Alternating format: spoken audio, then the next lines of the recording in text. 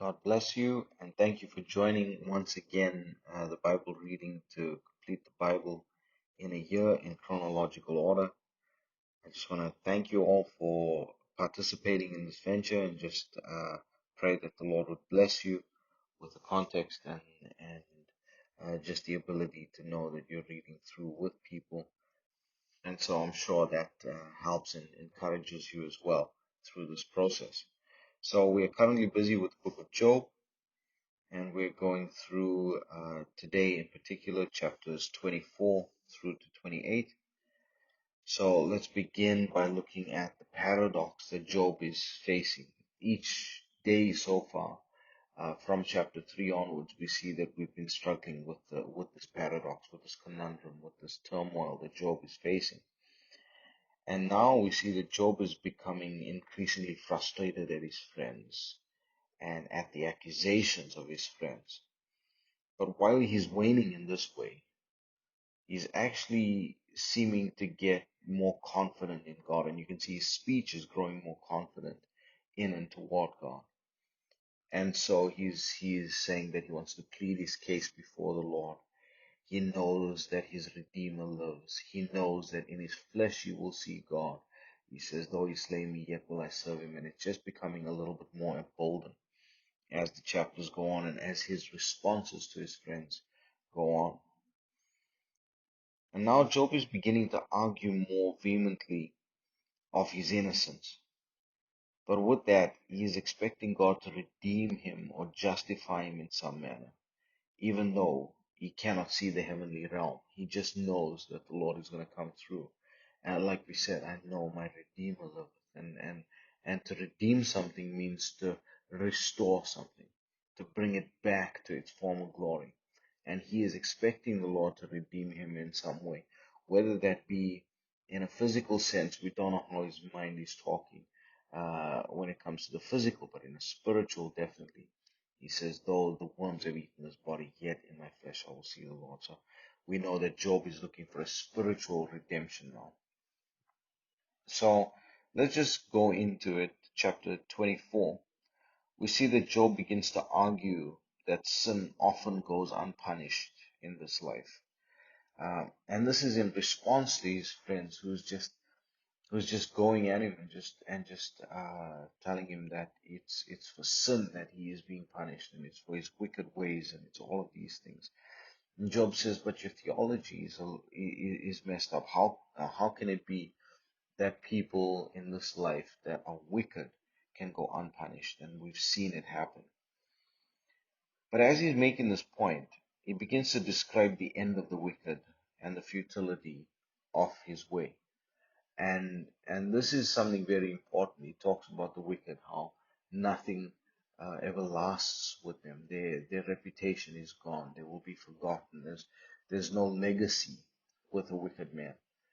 And this is important as we go on, because we see that Job was justified by God in the end. But when we come to that, we'll see that. But I just want to make reference to it, that Job was justified in the end. And so we know that it was not for wickedness that he was punished. Well, we can see the heavenly realms in this story of Job, so we know what's going on. But we can see that it's as difficult as it is to try and understand, especially for Job. We see that he knows that the end of the wicked man's way is futile, but God will justify the righteous.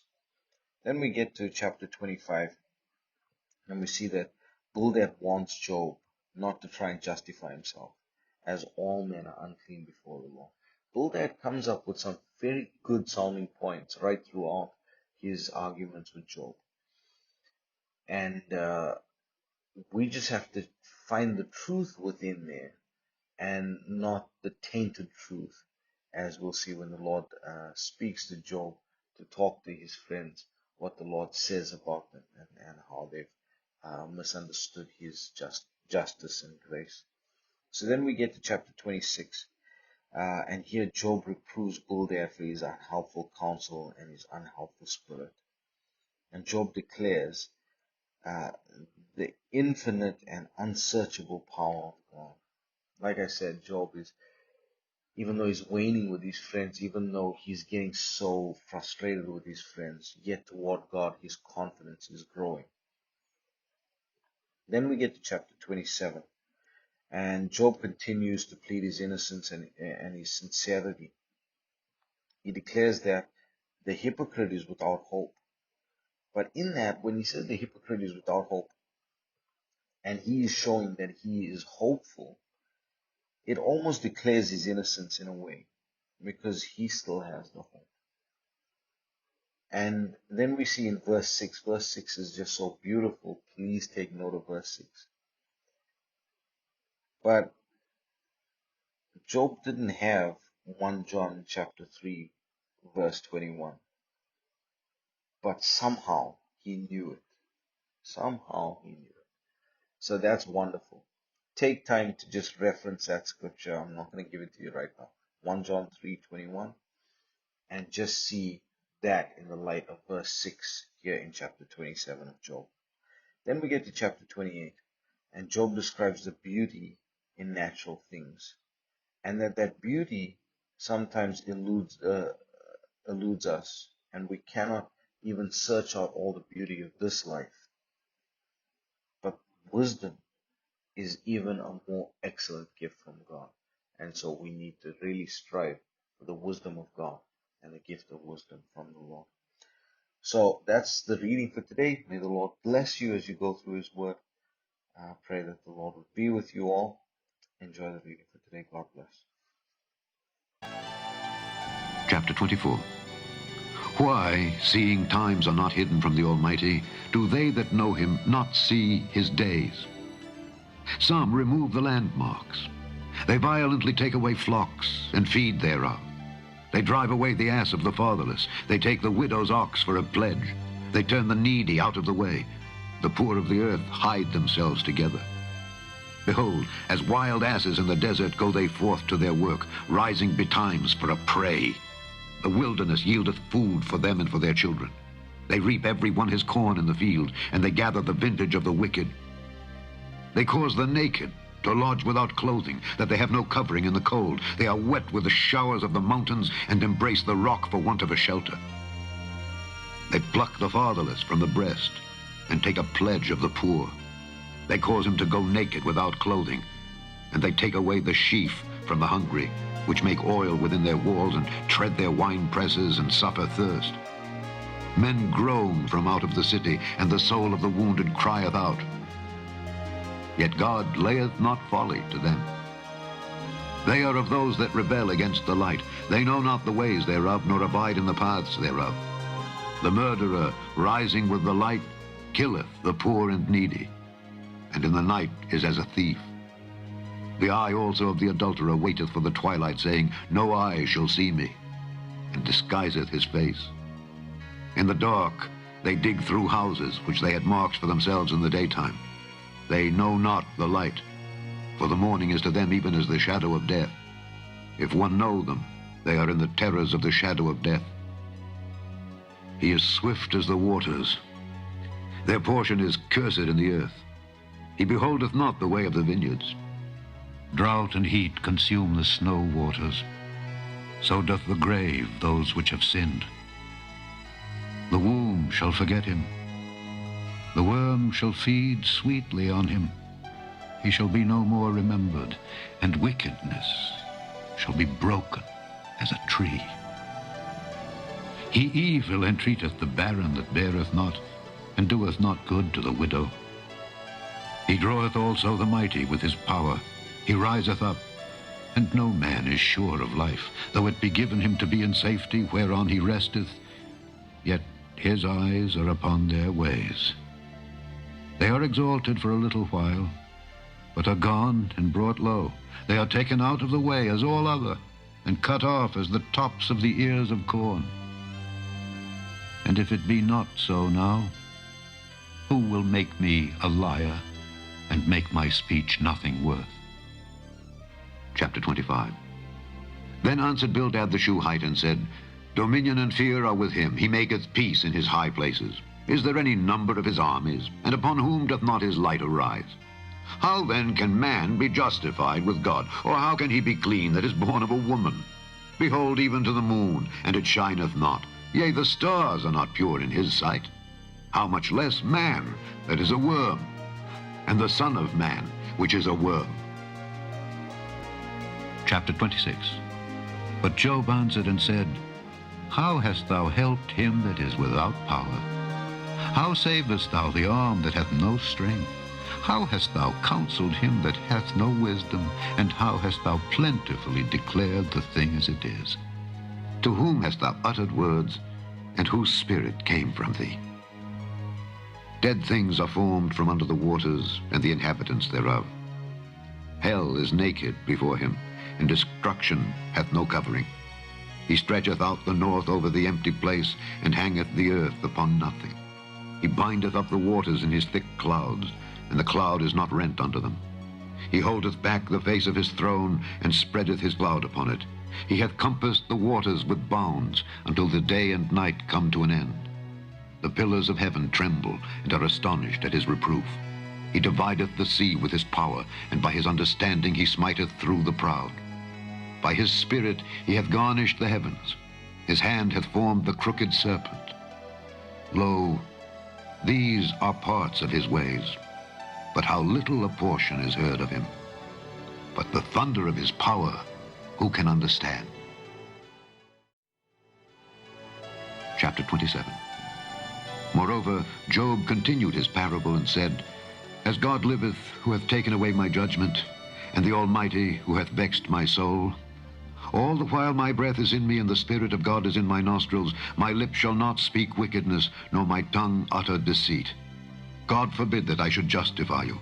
Till I die, I will not remove mine integrity from me. My righteousness I hold fast, and will not let it go. My heart shall not reproach me so long as I live. Let mine enemy be as the wicked, and he that riseth up against me as the unrighteous.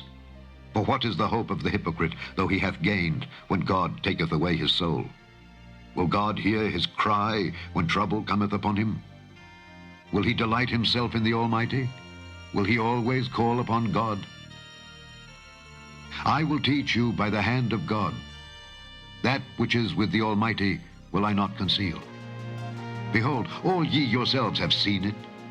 Why then are ye thus altogether vain? This is the portion of a wicked man with God, and the heritage of oppressors, which they shall receive of the Almighty.